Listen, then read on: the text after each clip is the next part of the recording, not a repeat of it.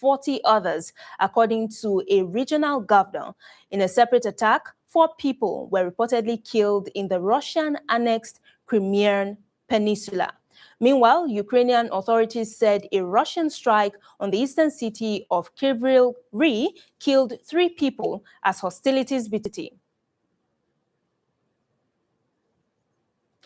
All right, that's it on our national news segment. Stay tuned as our special reports come up after the break.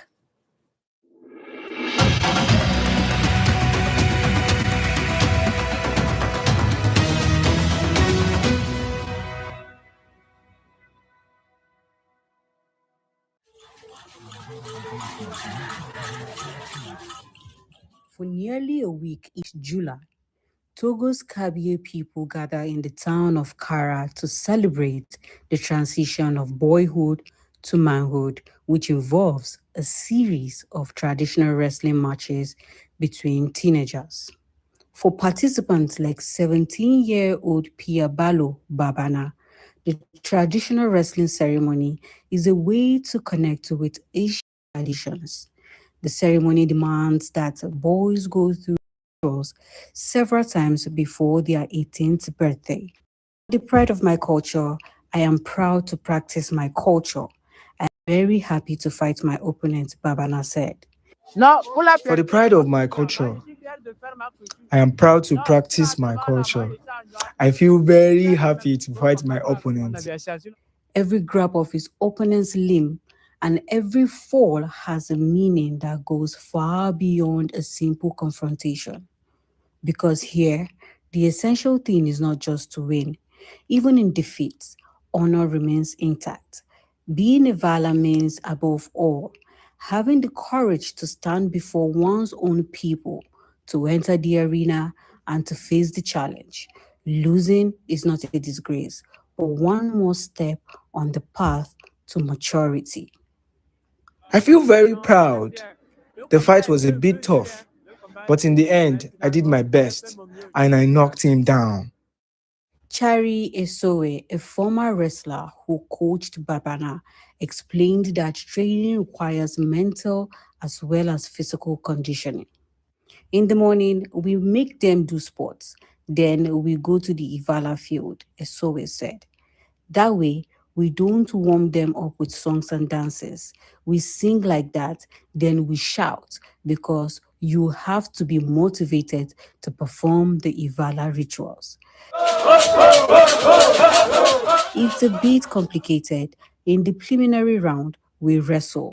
We rank the first ones, then there are 4 of them. First, second, third. And it's after that that I rank them at the end of the wrestling, he explained. We make them do sports. Then we go to the Vala field. That way, we don't warm them up with songs and dances. We sing like that. Then we shout. Because you have to be motivated to perform the Vala rituals. Chanting, singing, dancing, and even sitting in silence. The goal is to build physical endurance, but above all, mental strength. Other methods of preparation involves abstinence from sexual activities, fasting and body sacrification, with coaches like Esowe playing a key role. They train, advise, and pass on much more than just techniques. They pass on values. They are the ones who give these struggles its true meaning as a cultural initiation. On the day of the battle, before entering the arena, the teenage males receive final words from their clan elders, words of encouragement, instructions, and a reminder of the honor they bear. Babana, proud to represent his people, stood in anticipation, facing his contender. 2 wrestlers, 2 clans, 2 histories intersect in the area. A fight can be brief or grueling, but no matter the outcome, the community will celebrate the display of courage. Babana emerged victorious from his duel. After the wrestling, he began the Kundana, the symbolic walk to the sacred mountain of Swede. Up there, In the silence of the highlands, he performed the final rites, received blessings and recognition, and thanked the ancestors for their guidance and protection. The Kondona happens once every 5 years. It is shrouded in secrecy and closed to the public. It is at the Kondona that the boy truly becomes a man. The tradition also brings thousands of Kabies from the diaspora back to Kara to reconnect with their roots. Whether they come from Paris, Lomé, Abidjan, or Montreal, they vibrate with their kinsfolks in a spirit of intergenerational solidarity. For Jagdo Koko, photographer and specialist in the cultural history of Togo, it is essential to document the Ivalas. His aim is making the tradition understood by the youth to give them a sense of cultural ownership. Ivala ne doit pas rester dans ce cocon folklorique. For me, Ivala should not remain in this folkloric cocoon. This Ivala, true images, is not the images we see on the 8 o'clock news, but a documentary that documents. Rencontre un jeune Kabie, il doit comprendre pourquoi il fait ça. The Kabie are the second largest ethnic group in Togo after the Ewe.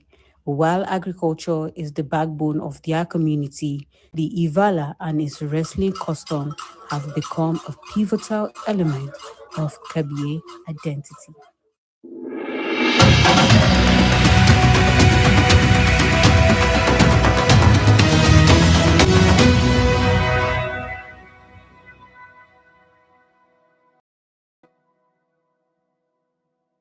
Nollywood is a main driver of Nigeria's creative economy, contributing to a sector worth nearly 2 trillion naira, accounting for about 2.3% of the nation's GDP and supporting more than 4 million jobs. Yet, behind the glamour of the screen, many veteran actors struggle to access healthcare and financial support, with some turning to the public for help during medical emergencies. Concerned by this reality, the Actors Guild of Nigeria is placing members' welfare at the center of discussion during its annual general meeting.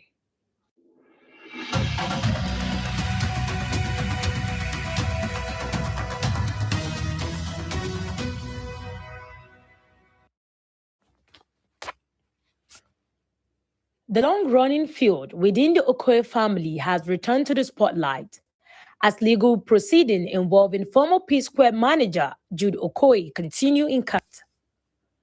Jude is facing fraud charges which he has denied.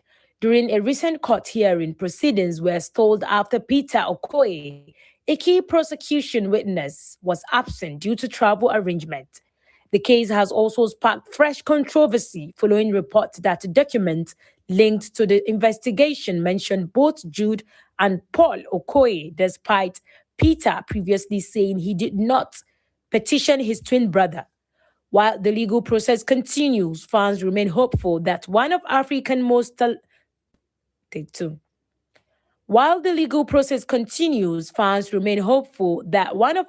most celebrated music duos will eventually put their differences aside.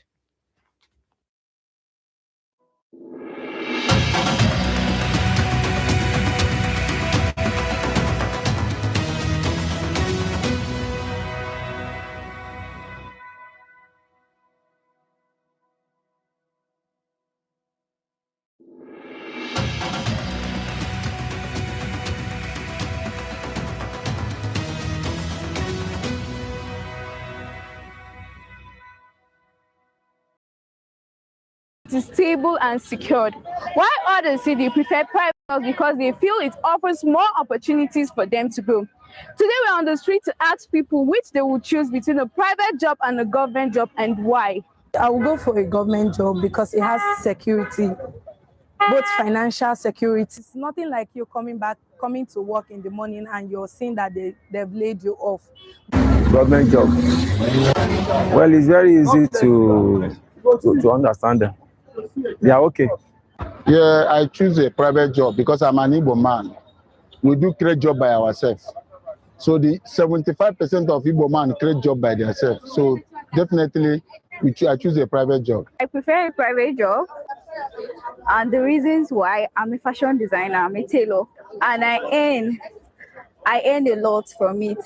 I go to work when I feel like, I come back when I feel like, and I'm independent by myself. So I feel it's better because I get to make my own decisions by myself. Well, for me, I will go for private job. Why? Because private job, if I'm working with a private sector, if I have my own business, I will create more employees. I'll create more opportunities to the young generation. But when you're working with private, if you're not competent enough, or even without even being competent, even if you're doing your job, you can just come to work and you see that you've been laid off without no reason. So I will always go for a government job rather than a private firm. So that is why today you will have the lives of Dangote. They create more employee to the young generation. We have the lives of Tony Enumelu today, which have create more jobs to the young generation. So why I should go forward for private job? Private job, I should be able to establish myself, and with private job, I should be able to make more money in the country than the government job.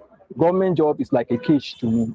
Thank you. People have different opinions about government jobs and private jobs.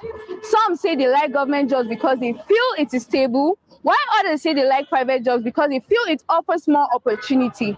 In the end, it all depends on what each person is best at doing and what he or she wants to do. I am Noella Samuel, reporting for S24 Television.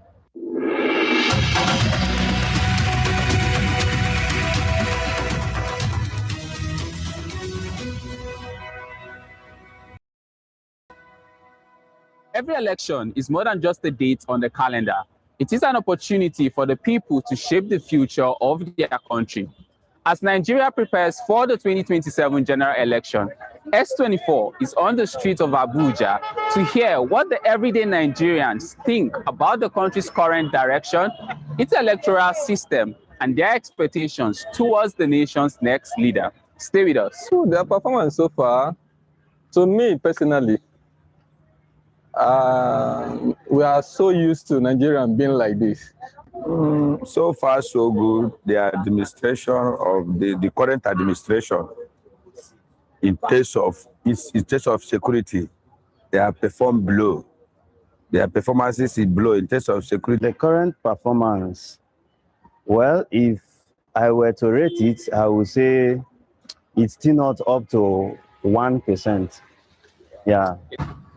I don't really trust them at all. So because their performance is this time around is very, very low, which everybody knows. So there's no need to turn things around. They are trying on their own, but not enough. To please the Nigerian citizens, you have to do more than enough. In terms of economy in general, there is total hardship in Nigeria. Look at the price of fuel. Understand? It is unfair to us. Trust?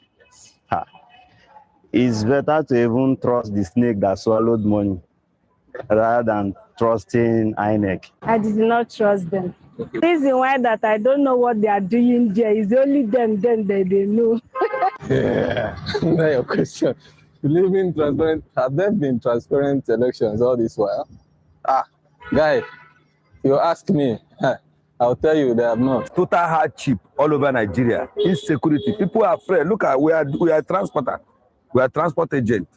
To compare where we are hearing, what we are seeing from the people, the complaint of the people, there is bad road. There is insecurity. There's high cost of transportation. Let him just have the fear of God. If you have the fear of God, you will not allow all these things to be happening like this. No. The administration is not good at all. For me, I don't think this is a country.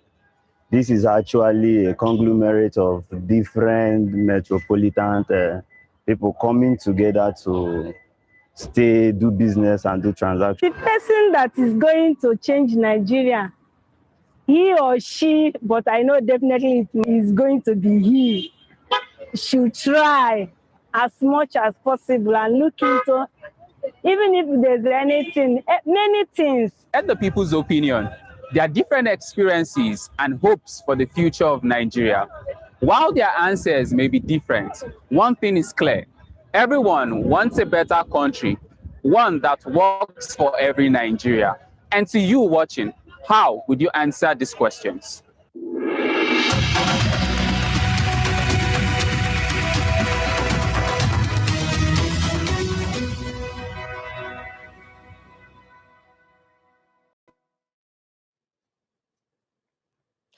Many thanks for staying with us. Now let's take a look at what's happening in the world of sports.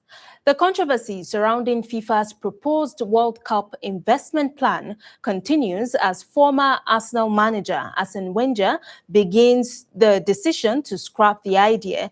FIFA's chief of global football development described the withdrawal of Gianni Infantino's plan to sell a 20% stake in the World Cup's commercial business as absolutely necessary and beyond question. The proposal would have created a new company, FIFA Forward Enterprise, to manage key World Cup revenue streams, including broadcast rights, sponsorship, ticketing, and licensing, before selling a minority stake to private investors. However, the plan faced strong opposition from across world football, with UEFA and other continental confederations raising concerns over the impact it could have on FIFA's independence. Wenger revealed that he was not involved in the project and only became aware of it through media reports. He stressed that FIFA must continue to serve football with transparency and integrity.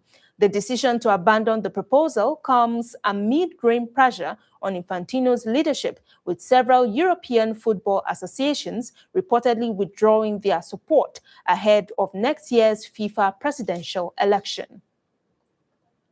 Meanwhile, on the pitch, the Super Falcons have shown the fighting spirit required to keep their Women's Africa Cup of Nations title defense alive. Captain Rasheedat Ajibade says Nigeria's players were prepared to give everything after bouncing back from their opening defeat to Malawi with a crucial 1-0 victory over Zambia.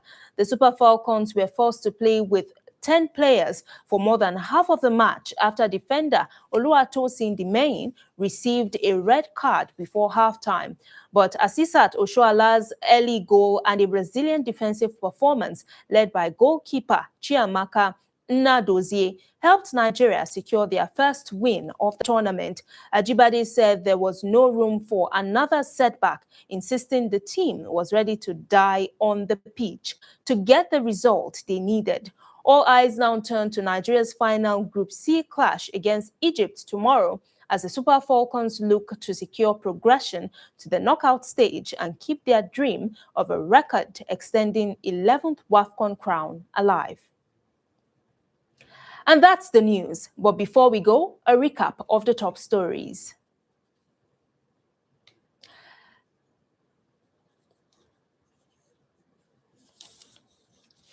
African Action Congress presidential candidate Omoyele Sowore has given President Bola Tinubu's administration an F9, accusing the government of poor performance in security, power supply, education, healthcare, food security, and the economy. The FCT administration is considering banning commercial motorcycles and tricycles from parts of Abuja city center after security intelligence reportedly linked some operators to criminal activities, according to Minister Nyesom Wike. And finally, at least 6 people, including 3 children, were killed after a Ukrainian drone struck a Russian Black Sea resort village, while separate attacks in Crimea and Ukraine's Kryvyi Rih left additional casualties as fighting between both countries intensified. Remember to follow up on latest events and happenings around you via our social media platforms on S24 Television for more updates and developments. Thanks for joining us tonight, and until next time, stay safe. I am Gloria Atta, signing out.